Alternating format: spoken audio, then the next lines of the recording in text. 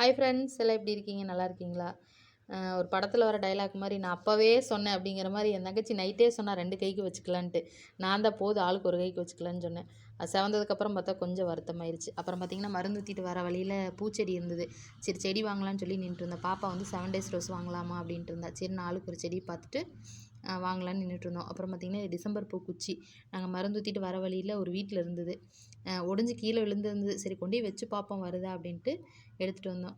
அப்புறம் பார்த்திங்கன்னா இது பட்டன் ரோஸு பார்க்குறக்கு ரொம்ப அழகாக இருந்தது. நிறைய மொக்கெல்லாம் விட்டு நல்லா இருந்ததுன்னு இது ஒன்று வாங்கிட்டு ஜாதி பூச்செடி வாங்கிட்டோம். ஆக மொத்தம் 7 டேஸ் ரோஸு வாங்கலை. அப்புறம் பார்த்திங்கன்னா தங்கச்சி கூட வந்திருந்தா. பாப்பா இருந்துட்டு செடி எடுத்துகிட்டு போகிறேங்கம்மா நீங்கள் கூட வாங்கன்னு சொல்லி கூப்பிட்டுருந்தா. நான் கூப்பிட்டா கூட வரல. அப்புறம் எங்கள் பாப்பா கூப்பிட்டானே என் தங்கச்சி வந்துட்டா. அப்புறம் வந்தவளை போகவும் விடல. அம்மா இருங்க காலையில் போய்க்கலாம் அப்படின்ட்டு இருக்க வச்சாச்சு.